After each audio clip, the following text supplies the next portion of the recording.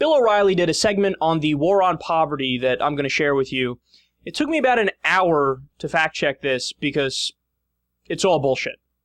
Hi, I'm Bill O'Reilly. Thanks for watching us tonight. Happy 50th birthday, War on Poverty. That is the subject of this evening's Talking Points memo. 50 years ago, President Lyndon Johnson announced that America would wage an intense war to lift millions of citizens out of poverty. Johnson's vision centered on giving folks a fair chance to develop their talents in order to make a good living. It was a noble idea. But extensive analysis by the Heritage Foundation says the war on poverty has actually harmed the nation because nearly 21 trillion taxpayer dollars has been spent over the past 50 years, and the state of poverty in America has not really improved very much. If the country had handed the 21 trillion directly to the poor, given them the money, poverty would have dropped drastically. All the social engineering has failed. Writing in the Wall Street Journal yesterday, Robert Rector lays it out. In 2012, the Fed spent close to $1 trillion that year alone on 80 welfare programs that give cash assistance to about 100 million Americans. Those stats do not include Medicare and Social Security. Of course, welfare beneficiaries comprise a solid core of the Democratic Party. And so we see the Dems ramping up for this year's election by promising even more benefits in their quest for income equality. But true poverty is being driven by personal behavior, not an unfair economic system. In 1963, just 6% of American babies were born out of wedlock. Now, 41% are, and that includes 72% of African American babies. According to Heritage, single-parent homes are 4 times more likely to be living in poverty, and children raised by single parents are 3 times more likely to end up in prison, 50% more likely to be poor as adults. So maybe we should have a war against chaotic, irresponsible parents.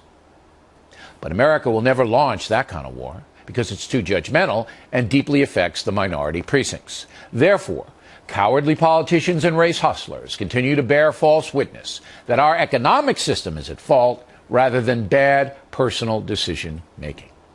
Talking Points has exposed that ruse before and will again.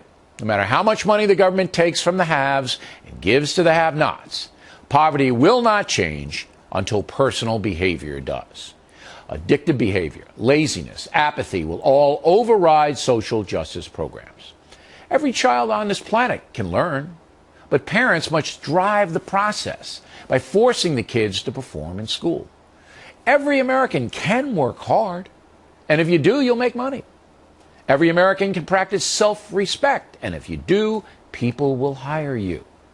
But if you're dishonest, embrace intoxicants, conceive children you can't support, act in a crude, disrespectful way, and generally believe that you are owed prosperity, then poverty may well come knocking. And all the president's men can't prevent that. So poverty all comes because you're a lazy asshole, period. There's nothing systemic about it. That's the argument he's making. There's no flaws in the actual economic system. It's all individuals that are assholes, and that's the end of it. That's the bottom line. Now, right off the bat, let's just get this out of the way. The numbers from the Heritage Foundation are fake. They're bullshit. I wouldn't believe a number from the Heritage Foundation because that's like believing Dick Cheney's personal diary. The Heritage Foundation is all funded by the mega rich and these huge corporations that have an incentive to lie to you and say, oh, are you living in horrible conditions that were brought about by my shitty wages? Well, I guess that's your fault for being a lazy, drunk, asshole, piece of shit, born out of wedlock with a one-eyed mother that sucks dicks on the corner.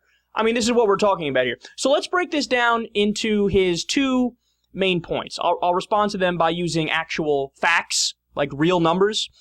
Point number 1 that he makes is that the poor are lazy people who are basically parasites and living off the government teat. I mean, he really has this perception of, like, black people and minorities, like, they're all living in slums, they never go to work ever, they just wait for their government check, and they're all dirty and disgusting and all that stuff.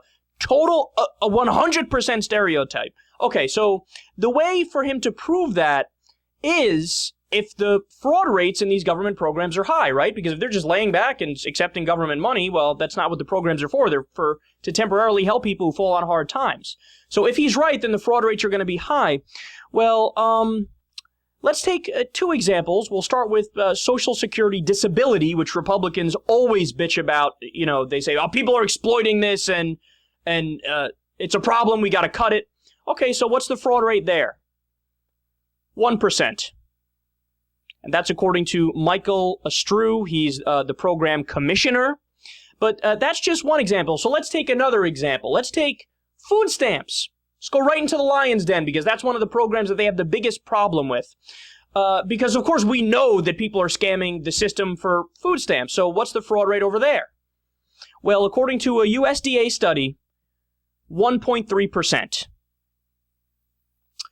So it appears as if, and by the way, the same general number here, anywhere from 1% to 3%, that range applies to almost all the government programs. So it appears as if about 98 or 99% of people using government programs are just good, hardworking people who fell on hard times and need a temporary helping hand. But Bill O'Reilly wants to judge you. And also, I should say, what's Bill's solution to stop the problem of poverty? Oh, I guess he doesn't have one. I guess, seriously, all he wants to do, as he's even telling you, is just, I want politicians to berate poor people and yell at them and tell them they're lazy and they're drunks and they're dicks and to get their life together and then go take care of it. That's a policy solution? What happened to small government? I thought you were in favor of small government. The biggest government I can imagine is politicians berating people who are poor and in a horrible situation and telling them, let me explain to you why you're an asshole. Now, I want to give you just two other facts that demolish Bill's view on the poor. Number one, in the past 5 years, for every one job opening there's been, there are between 3 people and 7 people. It would change, as time went by with the economy, but for every one job, there's between 3 and 7 people. So what that means is that if everybody in the country decided to wake up tomorrow and say, I am literally going to work as hard as I can, get my resume on point, get a nice suit, go to job interviews, act perfect, be the gentleman and whatnot, we would still have a tremendously high unemployment rate because there's more people than jobs. The math doesn't work, but he still wants to judge the people who don't have jobs. God, it's so pathetic. And then the second thing is, the minimum wage is not a living wage. So as a result of that, there are over 10 million working poor people in America. You can work a full-time job and still be poor. You can't put enough food in your stomach, you can't feed your kids, you can't pay the rent, even if you're a productive citizen who works full-time. What's Bill O'Reilly's solution to that? Because he's not in favor of, raising the minimum wage and actually caring about workers. So he wants you to work a full-time job and still not make enough money to survive. That's called wage slavery. There's a word for that. That's what it is. Now, his second point was that the war on poverty hasn't worked. Okay? Now, to be fair, of course, we still have the poverty rate in the U.S. is still way too high. So worked is a very vague term. But to ask the question, has the war on poverty made poverty significantly better? The answer to that question is a resounding yes. Here are the numbers. Let me give you the number of people who were kept out of poverty by the war on poverty and the specific breakdown per program. The WIC program, which helps new mothers and infants and gives them milk and stuff like that, kept 397,000 people out of poverty. Welfare kept 641,000 people out of poverty. And by the way, I should also note that program isn't nearly as big as the Republicans make it out to be, because they complain about it all the time. It's a fraction of a percent of the budget. Child support kept 1.3 million people out of poverty. Unemployment benefits kept 2.4 million people out of poverty. Housing subsidies kept 2.8 million people out of poverty. Food stamps kept 5 million people out of poverty.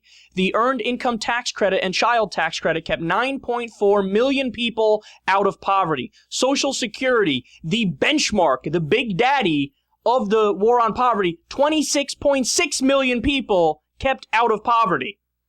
In fact, what's called the SPM poverty rate is 16%. If these programs didn't exist, it would be 25%. Let that soak in. Almost 10 percentage points knocked off of poverty because of efficient government programs. Now, here's a chart for you. The official poverty rate is 15%. If it wasn't for the government programs, it would be nearly 30%. If it wasn't for the war on poverty, it would be almost double what it is. Okay, but that's still not it. And another chart here will show you, when you look at the poverty rate from 1959 until today, it was 22, 23% in that range right there. Back then in 1959. And as soon as the war on poverty programs kicked in, boom, it drops to 11%. 11%. Reagan's policies kick in the 80s, it kicks back up to about 16%. But it's held steadily below, way below the high of the 22% ever since we started the war on poverty. And finally, what I view as the biggest success of all, get this, between 1960 and 1995, the official poverty rate of those aged 65 and above fell from 35% in 1960 to 10% today.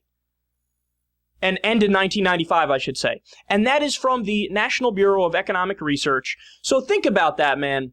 35% to 10%. Why? Because of Social Security. Now, realize something. These are numbers. This is hard data. These are facts, okay? I have no problem whatsoever with somebody if they want to come out and say, look, I'm just, as a matter of principle, like the libertarians always say, as a matter of principle, I'm not in favor of any form of redistribution of wealth or the minimal amount possible. So I just want a police force and the military, and that's it. Everything else should be privatized. Okay, I hear you. I'm not going to argue with you. That's your position. I disagree with you, but that's your position, and it's a defensible one, okay? But it is not a defensible thing to say, since I'm against the war on poverty, therefore it has failed. It has not failed. In fact, it has made poverty much, much better. It's reduced it tremendously, and the data shows that. So Bill O'Reilly is just flat out wrong.